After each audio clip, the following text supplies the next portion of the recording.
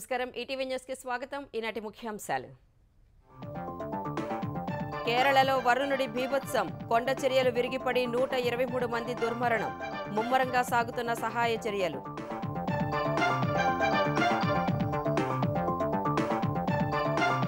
కేరళలోని 8 జిల్లాలకు red alert భారీగా ప్రాణ నష్టంపై రాష్ట్రపతి ప్రధాని దిగ్భ్రాంతి ఆదుకుంటామని మోదీ హామీ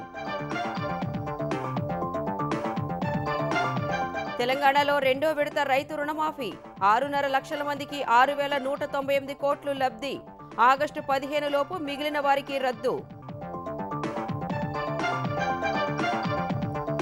విద్యుత్ విచారణ కమిషన్ నూతన చైర్మన్ గా justice Madan B Lokur supreme court ఆదేశాలతో నియమించిన తెలంగాణ సర్కార్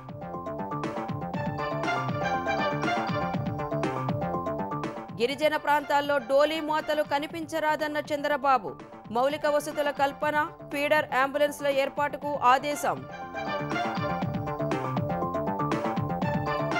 వైసీపీ హయాంలో మద్యం విక్రయాలపై బయటపడ్డ వాస్తవాలు నకిలీ హోలోగ్రామ్ స్టిక్కర్లతో సరఫరా చేసినట్టు విజిలెన్స్ నిర్ధారణ బడ్జెట్లో 2 రాష్ట్రాలకే ప్రాధాన్యం ఇచ్చామన్న ఆరోపణలు తోసిపుచ్చిన నిర్మల అన్నింటినీ ఒకే దృష్టితో చూశామని స్పష్టీకరణ ప్యారిస్ ఒలింపిక్స్ లో భారత్కు మరో పతకం 10 మీటర్ల ఎయిర్ పిస్టల్ మిక్స్డ్ టీంకు కాంస్యం సరబ్జోత్తో కలిసి గెలిచిన మను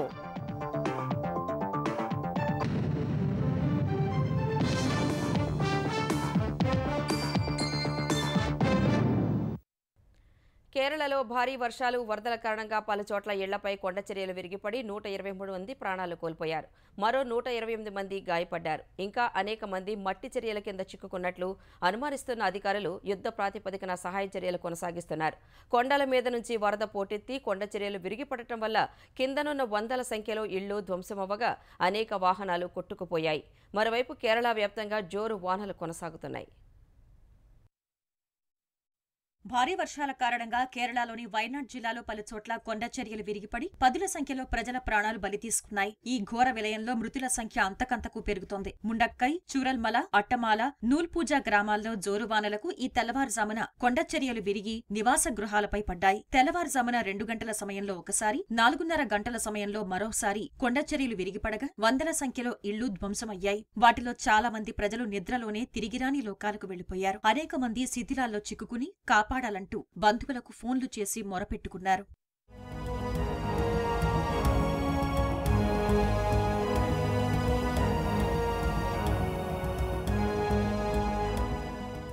వైనాడ్ జిల్లాలోని వివిధ ప్రాంతాల్లో కొండ చర్యలు విరిగిపడిన సమాచారం తెలిసిన వెంటనే కేరళ విపత్తు నిర్వహణ దళాలు అగ్నిమాపక సిబ్బంది ఎన్డీఆర్ఎఫ్ బృందాలు ఆయా ప్రాంతాలకు చేరుకుని సహాయ చర్యలు చేపట్టారు కేరళ సీఎం పినరయి విజయన్ అభ్యర్థన మేరకు సైన్యం నౌకాదళానికి చెందిన బృందాలు కూడా సహాయ చర్యలు కొనసాగిస్తున్నాయి తాళ్ల సాయంతో వరదల్లో చిక్కుకున్న వారిని సురక్షిత ప్రాంతాలకు తరలిస్తున్నారు బాధితులకు సాయం చేయడానికి నౌకాదళానికి చెందిన 30 మంది గజ ఈతగాళ్లను రప్పించారు పలు హెలికాప్టర్లను కూడా రంగంలోకి దించారు బురదలో కూరుకుపోయిన వారిని గుర్తించేందుకు శిక్షణ పొందిన ఆర్మీ జాగిలాలను రప్పించారు డ్రోన్లతోనూ గాలిస్తున్నారు భారీ వర్షాల కారణంగా సహాయక చర్యలకు అంతరాయం కలుగుతోంది ఇప్పటివరకు అనేక మందిని కాపాడి సమీపంలోని ఆసుపత్రులకు తరలించారు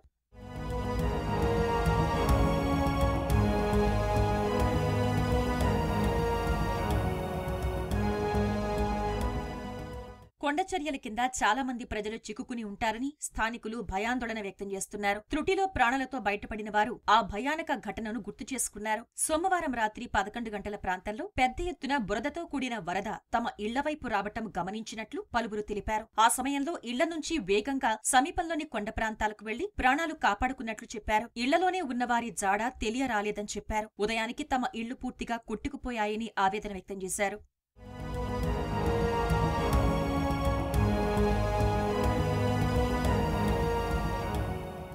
మెప్పాడి సమీపంలోని ట్రీ వ్యాలీ రిసార్ట్లో 150 మంది చిక్కుకుపోయారు రాత్రివేళ వర్షం కారణంగా స్థానికులు కూడా అక్కడే తలదాచుకున్నారు అయితే వారంతా సురక్షితంగానే ఉన్నట్లు అధికారులు తెలిపారు మరోవైపు కేరళలో భారీగా వర్షాలు కురుస్తున్నాయి కొన్ని ప్రాంతాల్లో 3 నుంచి 4 అడుగుల మేర వరద నీరు ప్రవహిస్తోంది వందల సంఖ్యలో ఇళ్లు నీట మునిగాయి రవాణా విద్యుత్ టెలికమ్యూనికేషన్ సేవలకు తీవ్ర అంతరాయం కలిగింది భారీ వర్షాల నేపథ్యంలో కేరళలోని 8 జిల్లాల్లో భారత వాతావరణ శాఖ రెడ్ అలర్ట్ ప్రకటించింది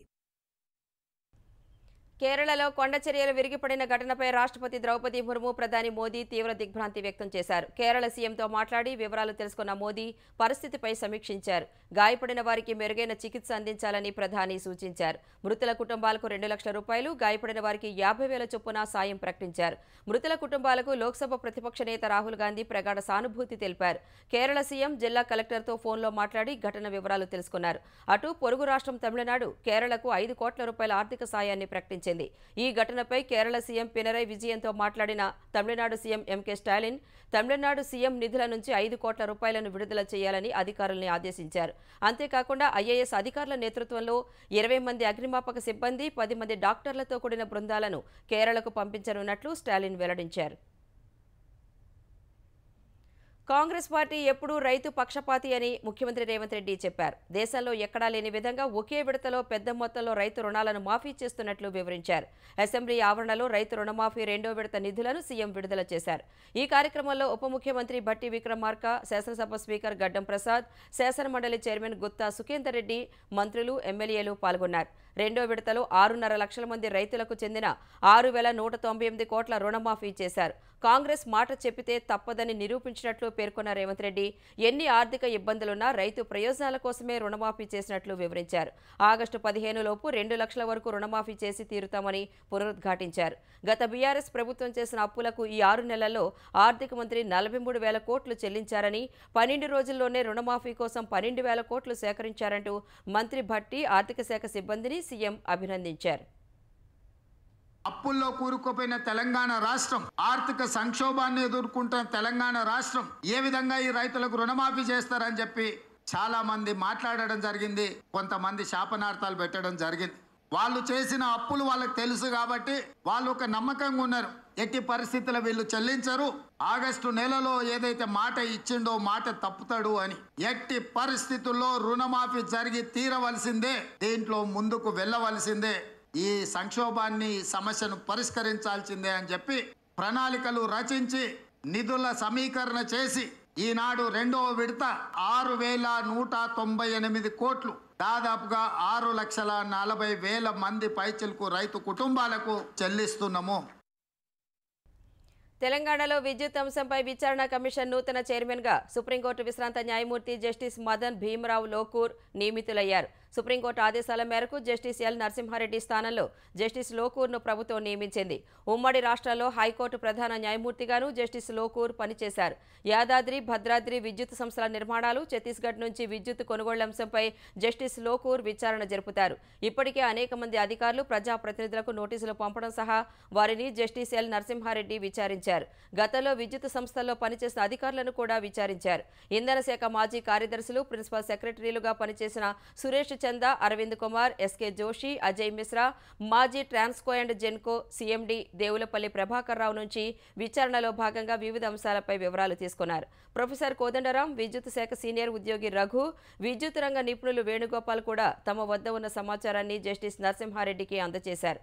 మిగిలిన విచారణను జస్టిస్ లోకూర్ పూర్తి చేయనున్నారు. స్కిల్ యూనివర్సిటీ ఏర్పాటుతో యువతకు అధునాతన పరిజ్ఞానం అందించడంతో సహా నైపుణ్యాలను పెంపొందించడమే ప్రభుత్వ ప్రధాన లక్ష్యమని తెలంగాణ ఐటీ శాఖ మంత్రి శ్రీధర్ బాబు అన్నారు. స్కిల్ యూనివర్సిటీ బిల్లును శాసనసభలో ప్రవేశపెట్టిన మంత్రి విశ్వవిద్యాలయం ప్రభుత్వ, ప్రైవేటు భాగస్వామ్యంతో ఏర్పాటు కానున్నట్లు స్పష్టం చేశారు. ఆర్థికాభివృద్ధితో పాటు ఉద్యోగ కల్పన దిశగా స్కిల్ యూనివర్సిటీ ఏర్పాటు ఉంటుందని శ్రీధర్ బాబు పేర్కొన్నారు. గిరిజన ప్రాంతాల్లో ఇక నుంచి డోలీ మోతలు కనిపించకూడదని ముఖ్యమంత్రి చంద్రబాబు అధికారులను ఆదేశించారు.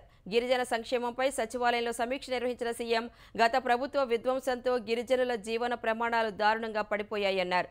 అవసరమైన మౌలిక వసతులు కల్పించడం, ఫీడర్ అంబులెన్స్లను తిరిగి ప్రవేశపెట్టడం ద్వారా గిరిజన ప్రాంతాల్లో డోలీ మోతలు లేకుండా చూడాలన్నారు. నెలలు నిండిన గర్భిణీల కోసం గతంలో తెలుగుదేశం ప్రభుత్వం అందుబాటులోకి తెచ్చిన గర్భిణీ వసతి గృహాలను మళ్లీ ప్రారంభించాలన్నారు.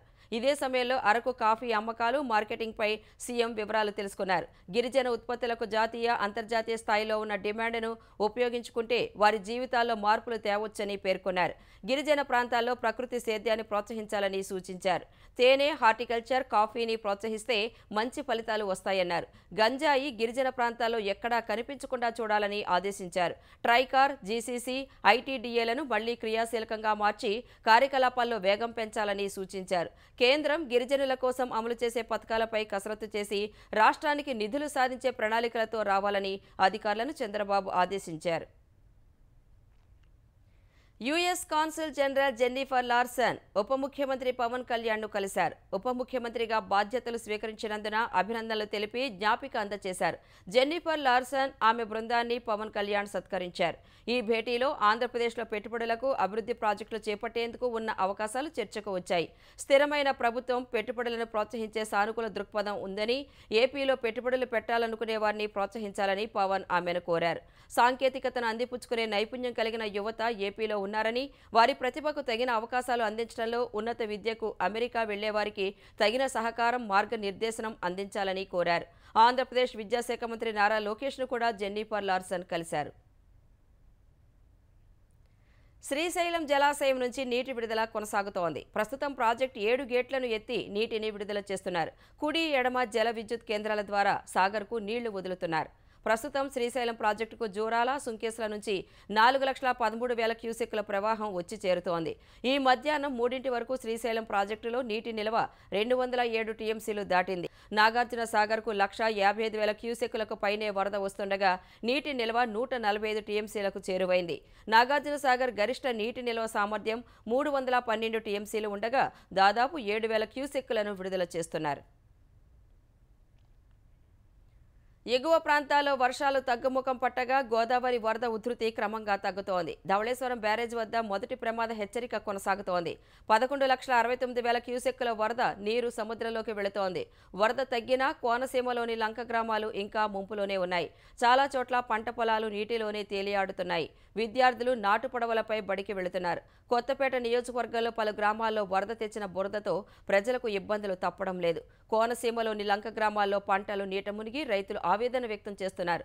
ప్రభుత్వమే ఆదుకోవాలని వేడుకుంటున్నారు.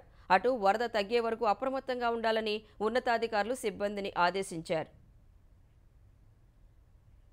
వైసీపీ ప్రభుత్వ హయాంలో ఆంధ్రప్రదేశ్ ఎక్సైజ్ శాఖలో జరిగిన అక్రమాలు ఇప్పుడు బయటపడుతున్నాయి. డిపోల నుంచి కాకుండా కంపెనీల నుంచే దుకాణాలకు మద్యం తరలించారని ఎక్సైజ్ శాఖలో జరుగుతున్న విజిలెన్స్ అధికారుల విచారణలో తేలింది.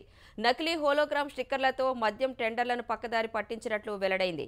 నిబంధనలకు విరుద్ధంగా హోలోగ్రామ్ టెండర్లు చేపట్టినట్లు విచారణలో తేలింది. ఎలాంటి అనుభవం లేని హోలోగ్రామ్ కంపెనీలకు టెండర్లు కట్టబెట్టినట్లు తేలింది. జీఎస్టీ లావాదేవీల సమాచారం లేకుండానే కట్టబెట్టినట్లు తెలుస్తోంది. ఇందుకు సంబంధించి కీలక సమాచారం గల్లంతైనట్లు తెలిసింది. టెండర్ల ఖరారులో సాంకేతిక కమిటీ నివేదికపై అధీకృత సంతకాలు లేనట్లు విచారణలో విజిలెన్స్ అధికారులు గుర్తించారు. రోడ్డు ప్రమాదంలో గాయపడిన న్యాయ విద్యార్థిని చికిత్స కోసం ముఖ్యమంత్రి చంద్రబాబు 10 లక్షల రూపాయల ఆర్థిక సాయం అందజేశారు.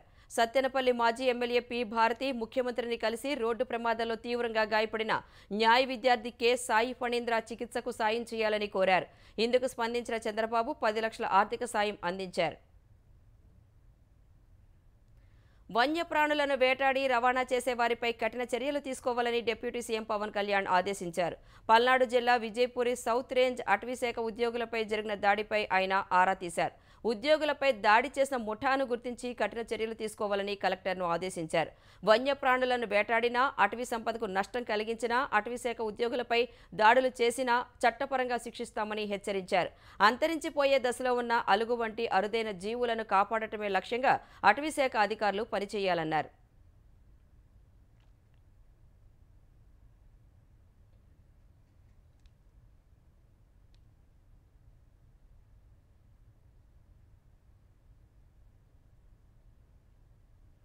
భారాసలోనే కొనసాగనున్నట్లు గద్వాల శాసనసభ్యుడు బండ్ల కృష్ణమోహన్ రెడ్డి తెలిపారు. భారాస నుంచి ఇటీవలే కాంగ్రెస్లోకి వెళ్లిన ఆయన ఇవాళ అసెంబ్లీ లాబీలో ప్రతిపక్ష నేత కేసీఆర్ ఛాంబర్లోకి వెళ్లారు. భారాస కార్యనిర్వాహక అధ్యక్షుడు కేటీఆర్తో సమావేశమై పలు అంశాలపై చర్చించారు. తనకు కేసీఆర్ అపాయింట్మెంట్ ఇప్పించాలని కోరినట్లు తెలిసింది. తాను భారాస ఎమ్మెల్యేనే అన్న కృష్ణమోహన్ రెడ్డి భారాసలోనే కొనసాగనున్నట్లు తెలిపారు. త్వరలోనే కేసీఆర్ను కలుస్తానని చెప్పారు. గద్వాల ఎమ్మెల్యే బండ్ల కృష్ణమోహన్ రెడ్డి బీఆర్ఎస్ ఛాంబర్కు వెళ్లినంత మాత్రాన పార్టీలో చేరినట్లా అని తెలంగాణ రోడ్లు భవనాల శాఖ మంత్రి కోమటిరెడ్డి వెంకటరెడ్డి ప్రశ్నించారు.